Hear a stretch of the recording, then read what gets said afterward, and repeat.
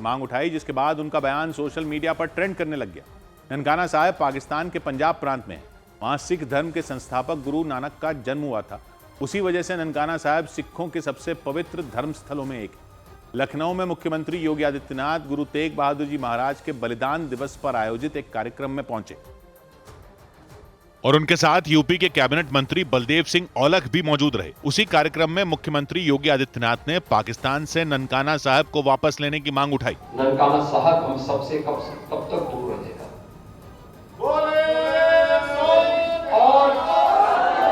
क्यों नहीं, ये अधिकार वापस हमें मिलना चाहिए।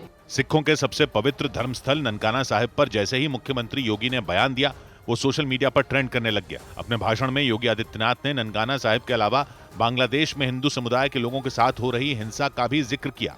बांग्लादेश में जो कुछ हो रहा है वो किसी से छुपा हुआ नहीं। पाकिस्तान में इससे पहले जो कुछ हुआ वो किसी से छुपा हुआ नहीं। मुख्यमंत्री ने दावा किया कि कुछ लोग हिंदू समुदाय और सिख समुदाय के बीच खाई पैदा करने में जुटे हैं, जिनसे सावधान रहने की जरूरत है।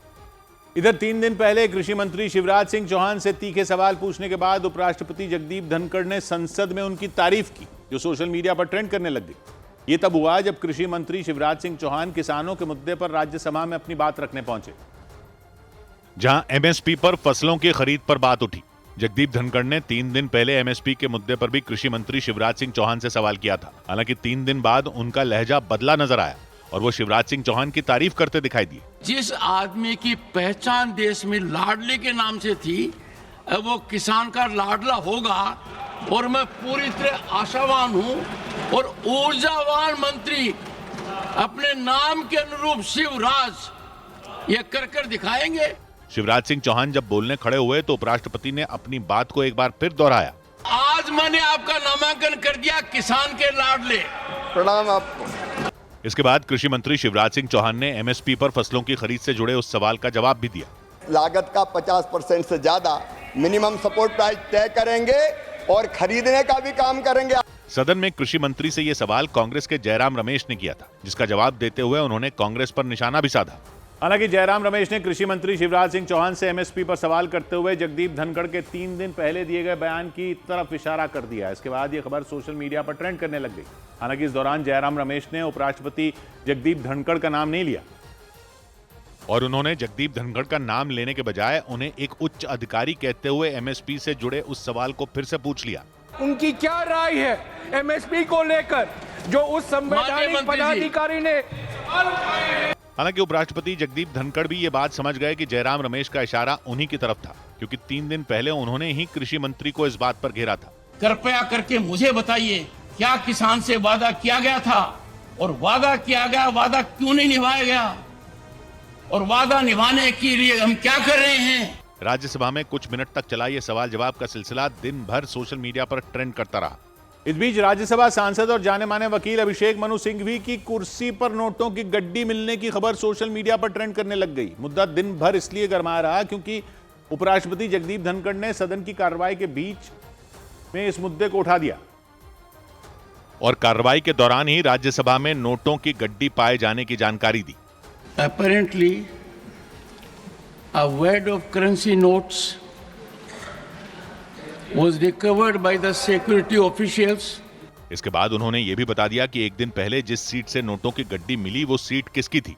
From seat number 222, presently allotted to Shri Abhishek Manu Singhvi.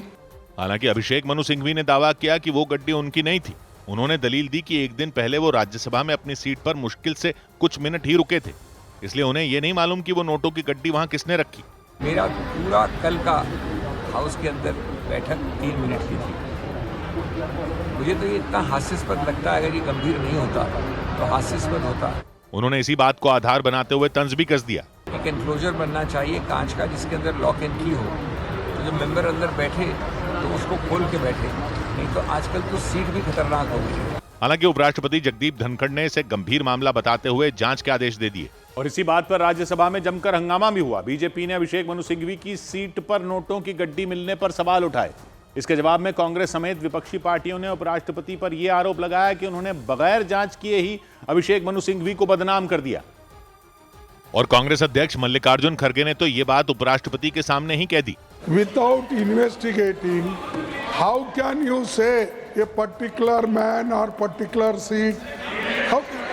इस मामले में कांग्रेस को समाजवादी पार्टी का साथ भी मिला। दुर्भाग्य ये है कि जांच से पहले ही सत्ता पक्ष के लोग फैसला सुनाने लगे। हालांकि बीजेपी ने विपक्ष के इस रवैये का विरोध किया क्योंकि कांग्रेस उपराष्ट्रपति पर हमलावर हो गई। उसने आरोप लगाया कि उपराष्ट्रपति ने बगैर जांच के ही अभिषेक मनु सिंघवी को बदनाम कर दिया।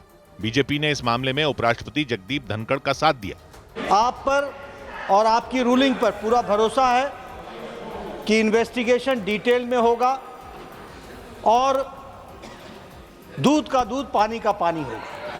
इस मामले पर संसद में तो बहस छिड़ी ही, सोशल मीडिया पर भी यह मुद्दा दिन भर ट्रेंड करता रहा क्योंकि बीजेपी ने काले धन की अदला बदली की आशंका जता दी, जिसके बाद इस मामले ने तूल पकड़ लिया।